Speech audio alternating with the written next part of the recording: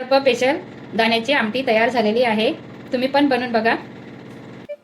चला तर मग आज तुरीच्या दाण्याची आमटी दाखवत आहे. दाणे काढायचे आहे. माझ्या मैत्रिणीने शेतात जाऊन शेंगा आणून दिल्या, तर मग तुरीच्या दाण्याची आमटी करायची असं ठरवलं. तवा गरम झालेला आहे. याच्यावरती आपण मिरची तोडून अशी भाजत आहे. भाजून घ्यायची. याच्यावरती थोडंसं तेल टाकायचं. हे छान आता भाजून घ्यायचं आहे. मिरच्या खूप मिरची भाजून झालेली आहे. आता याच्यामध्ये आपण तुरीचे दाणे भाजून घेऊ.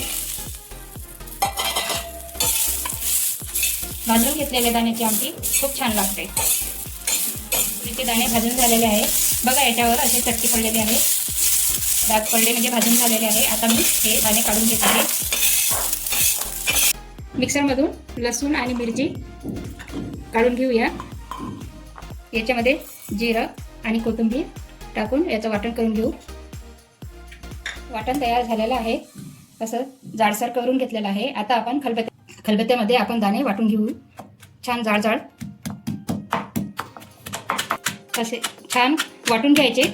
जाड खलबत्ता लहान आहे त्याच्यामुळे मी एवढं आता टाकून घेते आणि परत वाटून घेते.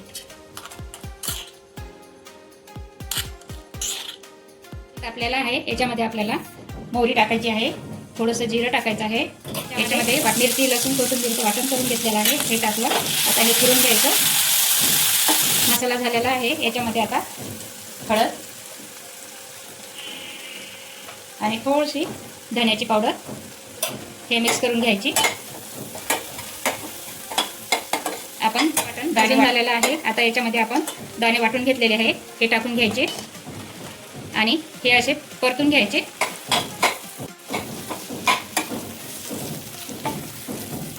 याच्यामध्ये आता पाणी टाकून घ्यायचं आहे. मिक्सरचं भांडं धुवून याच्यातनी आणखी थोडं पाणी लागेल. आणखी टाकते. आता हे भाजी आता फिरून घेत आहे. थोडा वेळ शिजू द्यायची. याच्यामध्ये मीठ टाकायचं राहिलं. आता मीठ पण टाकून घेत आहे. चवीनुसार मीठ. आता आपण याला उकळी काढून घ्यायची. भाजी शिजत आलेली आहे. याच्यामध्ये आपण कोथिंबीर टाकून घ्यायचा. भाजी तयार झालेली आहे. ही भाजी कशासोबतही तुम्ही खाऊ शकता. भातासोबत, भाकरीसोबत किंवा पोळीसोबत कशासोबतही खाऊ शकता. विदर्भ स्पेशल तुरीच्या दाण्याची आमटी तयार झालेली आहे. तुम्ही पण करून बघा आणि कमेंटमध्ये नक्की सांगा.